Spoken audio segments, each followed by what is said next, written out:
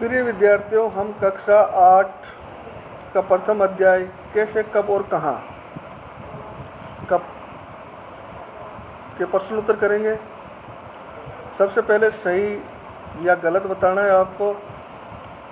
तो जेम्स मिल ने भारतीय इतिहास को हिंदू, मुस्लिम, ईसाई 3 कालखंडों में बांट दिया था।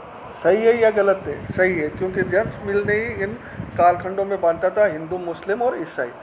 फिर दूसरा देखो, सरकारी दस्तावेजों में से हमें ये जानने में मदद मिलती है कि आम लोग क्या सोचते हैं। गलत, क्योंकि सरकारी जो दस्तावेज है उनमें सिर्फ जो सरकार निर्णय लेती थी या सरकार जो चाहती थी वही चीज़ें लिखी जाती थी। आम लोग क्या सोचता है इसके बारे में सरकार को कोई लेना देना नहीं था। फिर तीसरा देखो, अंग्रेज़ों को लगता था कि सही तरह शासन चलाने के लिए सर्वेक्षण महत्वपूर्ण होते हैं। तो इसका सही है, क्योंकि सर्वेक्षण से क्या होता है, उस चीज़ के बारे में हम बखूबी जान सकते हैं। जैसे ताजमहल के बारे में अपन सिर्फ पढ़ाई करते हैं, एक तो सिर्फ पढ़ाई करते हैं, किताबों में देखते हैं ताजमहल को। एक अगर अपन खुद उसको प्रत्यक्ष रूप से सर्वेक्षण करें, वहाँ जाकर उसको देखें, तो ताज की सुंदरता हम करीब से देख सकते हैं, उसको सही प्रकार से जान सकते हैं। दूसरा देखो, जेम्स मिल ने भारतीय इतिहास को जिस तरह कालखंडों में बांटा है उसमें क्या समस्याएं हैं। तो उत्तर देखो, 1817 में स्कॉटलैंड के अर्थशास्त्री और राजनीतिक दार्शनिक जेम्स मिल ने 3 खंडों में a history of British India, British Bharat का इतिहास किताब लिखी। इस किताब में उन्होंने भारत के इतिहास को निम्नलिखित 3 कालखंडों में बांटा था, हिंदू, मुस्लिम और ब्रिटिश। इसमें समस्या क्या क्या आती है उसमें देखिए। जेम्स मिल द्वारा भारत के इतिहास को इस प्रकार 3 खंडों में बांटने में निम्नलिखित समस्याएं थी। सबसे पहला देखो, ये विभाजन सांप्रदायिकता के आधार पर किया गया था। दूसरी, ये काल विभाजन औपनिवेशिक विचारधाराओं पर आधारित था। तीसरा, इस काल विभाजन का उद्देश्य भारतीयों को अलग अलग पहचान देकर फूट डालना था। ये मुख्य चीज़ थी। फिर अगला प्रश्न देखो, अंग्रेज़ों ने सरकारी दस्तावेजों को किस तरह सुरक्षित रखा। जो अंग्रेज़ थे तो उन्होंने दस्तावेजों को सुरक्षित रखने के लिए कई दफ्तर, कार्यालय वगैरह बनाए गए थे। तो उन्होंने किस प्रकार से रखा उसको देखो। अंग्रेज़ों ने सरकारी दस्तावेजों को निम्नलिखित प्रकार से सुरक्षित रखा था।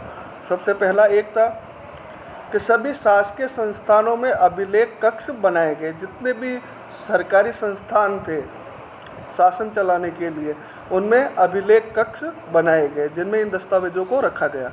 तहसीलदार के दफ्तर, कलेक्ट्रेट, कमिश्नर के दफ्तर, प्रांतीय सचिवालय, कचहरी, सभी के लिए अपने अपने रिकॉर्ड रूम मतलब कक्ष बनाए गए थे। फिर महत्वपूर्ण दस्तावेजों को सुरक्षित रखने के लिए अभिलेखागार और संग्रहालय जैसे संस्थान भी बनाए गए। फिर चौथा प्रश्न देखिए, इतिहासकार पुराने अखबारों से जो जानकारी जुटाते हैं वह पुलिस की रिपोर्टों में उपलब्ध जानकारी से किस तरह अलग होती है, भिन्न होती है। तो पुराने अखबारों से इतिहासकार को जो जानकारियाँ पुराने अखबारों से इतिहासकार जो जानकारियाँ प्राप्त करते हैं, ये संवाददाताओं द्वारा क्षेत्र में जाकर इकट्ठी की गई जानकारियों पर आधारित होती है। जो भी संवाददाता होता है, मतलब जो भी चैनल का, अखबार का पत्रकार होता है, वो वहाँ पर जाकर प्रत्यक्ष रूप से ये जानकारी इकट्ठी करता है। इस तरह अखबार घटनाओं का सही और विस्तृत विवरण प्रस्तुत करता है।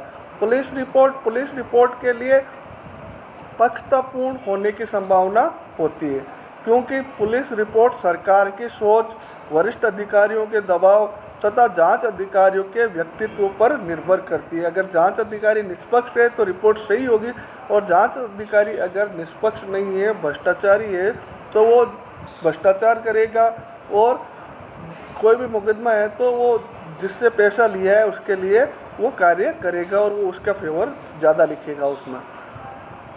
अगला प्रश्न देखो, क्या आप आज की दुनिया के कुछ सर्वेक्षणों का उदाहरण दे सकते हैं। सोचकर देखिए कि खिलौना बनाने वाली कंपनी को ये कैसे पता चलता है कि बच्चे किन चीज़ों पर को ज़्यादा पसंद करते हैं, या सरकार को कैसे पता चलता है कि स्कूल में बच्चों की संख्या कितनी है।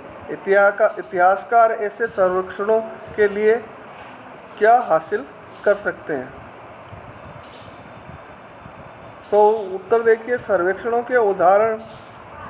के कुछ उदाहरण निम्नलिखित है, जैसे जनगणना, चुनावपूर्ण सर्वेक्षण, वनों का क्षेत्रफल जानने के लिए सर्वेक्षण, नए तेल गैस क्षेत्र का पता लगाने के लिए सर्वेक्षण। तो सबसे पहला देखो, खिलौना बनाने वाली कंपनियों के लिए सर्वेक्षण। खिलौना बनाने वाली कंपनियां भी सर्वेक्षण के माध्यम से बच्चों की पसंद का पता लगाती है।